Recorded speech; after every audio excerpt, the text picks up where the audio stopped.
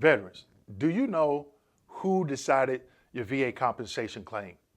Who said yes or who said no? In today's video, as a former VA Raider, I'm going to explain who decided your claim and why it's important that you understand who made that decision. Make sure you stick around.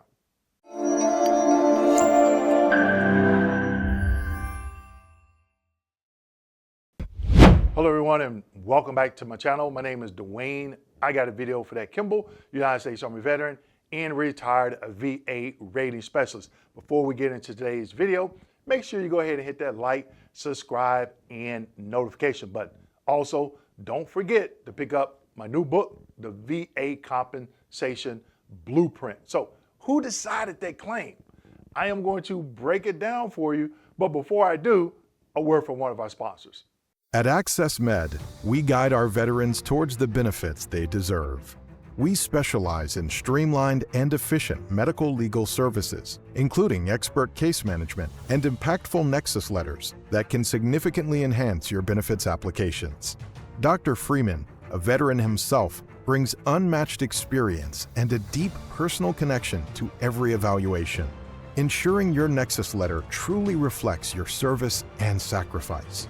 We believe medicine is both an art and a science. Our programs focus on promoting family participation in the Veterans Benefits Package. Trust Access Med to stand by you every step of the way. Visit accessmed.com and secure the benefits you deserve. Access Med, serving those who served. Okay, so I get a lot of questions about, Dwayne, the VA overlooked this, the VA overlooked that. But do you know exactly who decided that claim? All right, so when you submit that claim, it's going to go to the VA, and there's development that needs to be done. During this period, this what makes every claim different, okay? Because veterans are claiming different things. They serve during different time periods. They're submitting different types of evidence. There's different due process that is given to veterans depending on what they need done during that development. So there are some key positions that you need to understand. VSRs, Veteran Service Representatives. These individuals are the ones that request exams and do all of the development on your claim. Then you have RVSRs, Rating Veteran Service Representatives. These individuals request exams also, but they are adjudicators. They are decision makers. This is the job I had at the VA. The VA trained me. This was the only job that I had at the VA. Then you have DROs, Decision Review Officers. They work under DROP. HALA reviews, HLRs. We all know what that is, all right? Then you have BVA, Board of Veterans Appeals, judges, all right? I'm not going to get into the Court of Veterans Appeals at that level. I'm not going to even touch it in this video, okay? So let's start with the VSR. The VSR does not complete rating decisions. They don't decide your claim, okay? When you receive that packet in the mail, you have a notification letter and you have a rating decision. The VSR develops the notification letter that has your pay, that talks about if you're getting paid as a single veteran, with a spouse, et cetera, et cetera, et cetera. What are your options if you disagree? Supplemental claim, BVA claim, if you want to submit that, and also HALA review and some other information, especially if you're granted Chapter 35, aka PNT. Now, when I rated, and I couldn't find this in the -1 or anywhere on the VA's website, but back before I retired, the only claims that VSRs took issue with, okay, is when a veteran was filing for pension, okay, because you got pension and compensation, but when they were filing for pension and they did not have wartime, they didn't serve during a wartime period. And so a lot of veterans that served during the 80s, okay, they claimed pension and there's certain criteria around pension. So if they didn't meet the criteria, the rater didn't take issue with it, the VSR did, okay?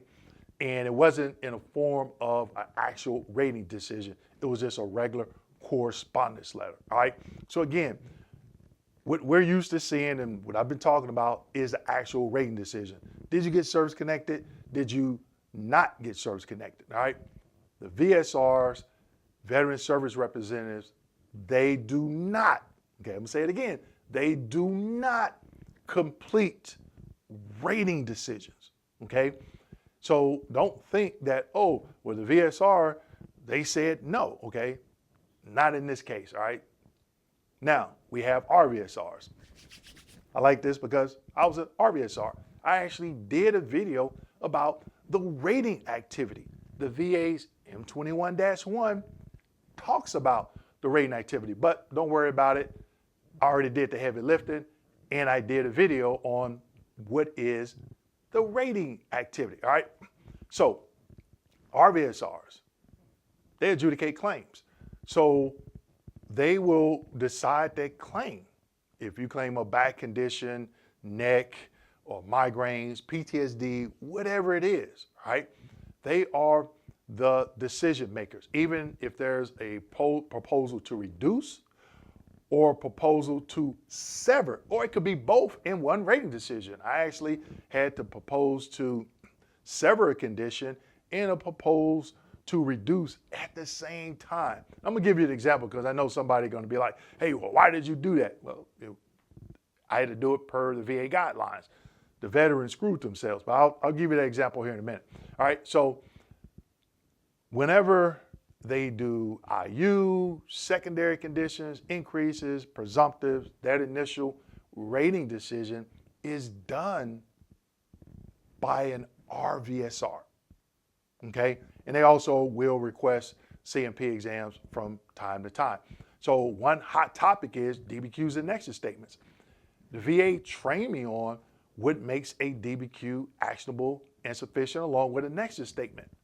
Because I had to rate, I had to look at this evidence and say, yeah, this DBQ is good. No, this DBQ is not good. And so some people say, well, Dwayne, you've been retired for a while. But guess what? I know how to read. In the regulations, it's still the same, okay?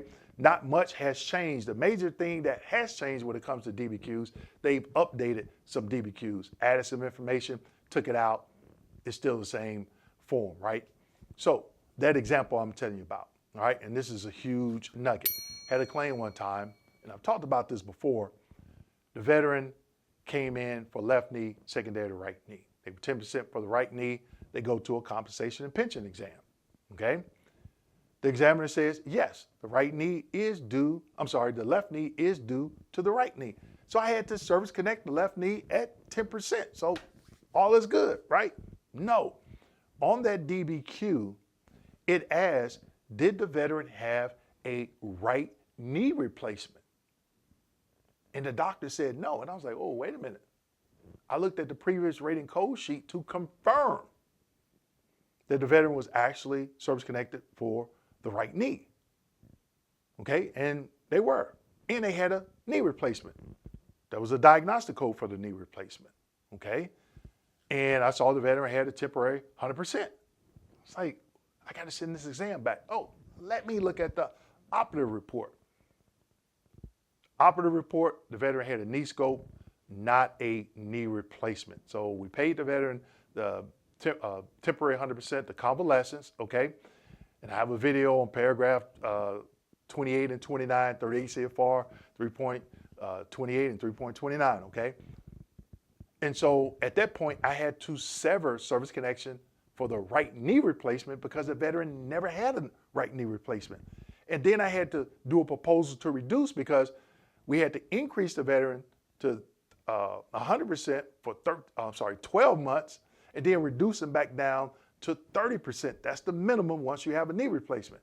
Well, since he didn't have a knee replacement, I had to sever that 30% because that surgery never happened. And then I had to turn around and do a proposal to reduce from 30 to 10 and grant the left knee secondary to the right knee all in one rating, okay? So that's just a VA claim nugget.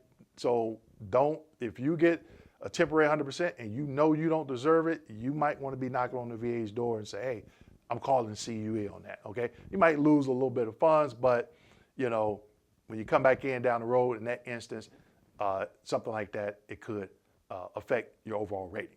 Okay, now let's talk about DROs, decision review officers, at the high level review, okay? So if you disagree with denial for service connection, you disagree with the percentage, you disagree, whatever that's in that rating decision. If you disagree with it, one of the options is, hey, you can do an appeal / high level review, all right? And those individuals that will rate that case are DROs, decision review officers, okay? And you can elect for an informal conference. So when you get in that informal conference, if you elect to have one, you can ask that person, hey, are you an RVSR? Are you a decision review officer? Also, you can ask them, are you the one that's supposed to rate this case, this high-level review, per the M21-1, all right? So just something to think about. So you know what the VSR does, what the RVSR does, and what the DRO, decision review officer, does at the different stages, okay? Now let's talk about BVA. You got your judges. Can the judges make decisions? Yes, oftentimes they do, but sometimes they will remand that claim back to the regional office, okay? And they'll have specific instructions that the regional office is supposed to follow. But sometimes I've seen judges make a decision. Now here's the nugget. A lot of veterans in certain situations, they don't even know. They can ask that judge, hey, based on the evidence of record, can you go ahead and render a decision without remanding it back to the regional office? And here's an example. I've done videos on this of certain, not all, but certain VA employees not using veterans' private DBQs and Nexus statements when they are actionable and sufficient. So the rater says, nope, you refused the CMP exam, but they never stated why they didn't use your DBQ and Nexus. You go to high-level review, the DRO says, nope, I'm going to confirm and continue that decision. If you don't know what CNC, confirm, and continue means, don't worry about it. I got a video on that, okay? Then when you go to BVA, you state your case if you decide to do it in person or just write a statement, okay? That's probably the fastest way. But you're asking the judge, hey, do not remand this back. My DBQ and Nexus statement is actionable and sufficient per, and make sure you use a 38 CFR, also a M21-1 citation, and ask them, politely ask them, can you make a decision and not remand this back to the regional office for what? Over development. For them to request another CMP exam, which they shouldn't have requested in the first place. Why? Because you have an actionable and sufficient DBQ. So there you have it, people. Who makes the decision at what stage? VSRs pertains to pension if the veteran did not serve during a wartime period. RVSRs, majority of the claims are adjudicated by them if you decide to do a high-level review / appeal, decision review officers, and then BVA, Board of Veterans Appeals. So that's why it's so important to understand who actually decided their case. And if you're still watching, CMP examiners do not decide your case. Are they pivotal in the claims process? Yes, because medical and mental health professionals have to provide a medical opinion and a rationale when a veteran does not have a DBQ and Nexus statement, but they do not write rating decisions. With that being said, make sure you like, subscribe, hit that notification button, and as always, share this video with your fellow veteran. Thank you.